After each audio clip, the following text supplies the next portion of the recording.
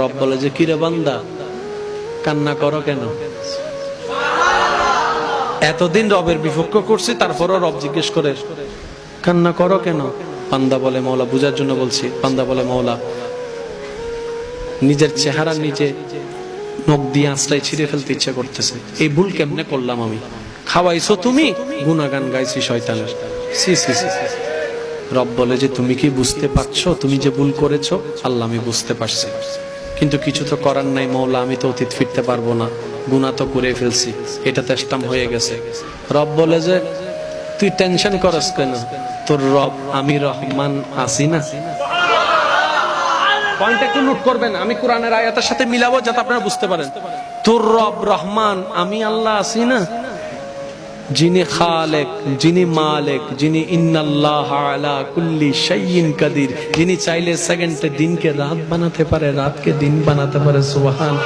যিনি চাইলে পুরুষকে নারীতে, নারীতে পুরুষকে কনভার্ট করতে পারে, যিনি চাইলে জাহান্নামীকে জান্নাতি বানায় দিতে পারে, ওই রব আমি আল্লাহ আছি না, তুই টেনশন করস কেন? আল্লাহ এখনো সুযোগ আছে, মরণ পর্যন্ত সুযোগ আছে, তওবা কর। আর একটু জোরে বলেন না, যা করছস তো করছস, যা ভুল করছস তো করছস। বান্দারে কষ্ট দিয়ে থাকলে বান্দার কাছে মাপ চা, তারপর আমার কাছে মাপ চা। বান্দার হক মেরে থাকলে বান্দার হক বান্দাকে দিয়ে দে, তারপর আমার কাছে মাপ চা। আর যদি নামাজ রোজা হজ যাকাত কোনো এরকম আমার হক নষ্ট করে থাকিস, তাই আমার কাছে মাপ চা। বান্দা মরণ পর্যন্ত তোর সুযোগ আছে, টেনশন করিস না।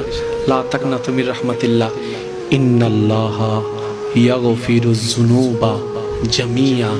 তুই লক্ষ গুনার জন্য মন থেকে তওবা করবি, শুধু একবার আমি রব খুশি হয়ে লক্ষ গুনাহ মাফ করে দিতে রাজি আছি।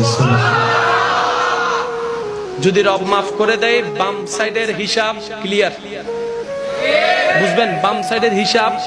কিন্তু আমাদের সবার জীবন, যার যার জীবন সম্পর্কে তো সবাই জানি, আমাদের 24 ঘন্টা কি সওয়াব বেশি হয় না গুনাহ বেশি হয়?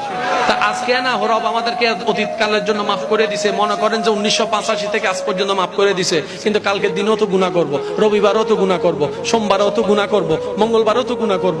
আমারটা তো আমি জানি, আপনারটা আপনি জানেন। আবার গুনার পাল্লা ভারী হয়ে যাবে, সওয়াবের পাল্লা এত তাড়াতাড়ি ভারী হয় না। এবার জান্নাতে যাওয়ার জন্য সওয়াবের দরকার।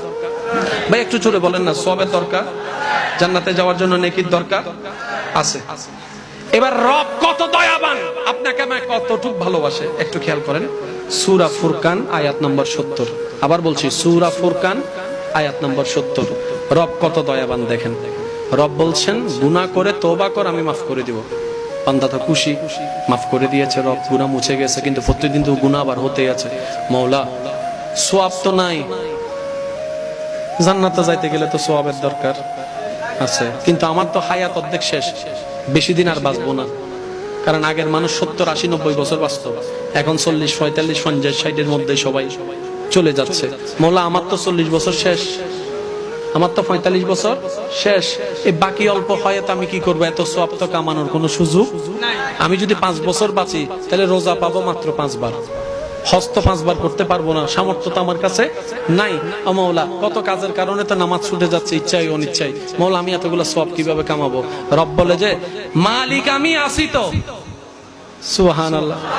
আর তুই তো অন্য নবীর উম্মত না, তুই তো আমার নবী রাহমাতুল লিল আলামিনের উম্মত।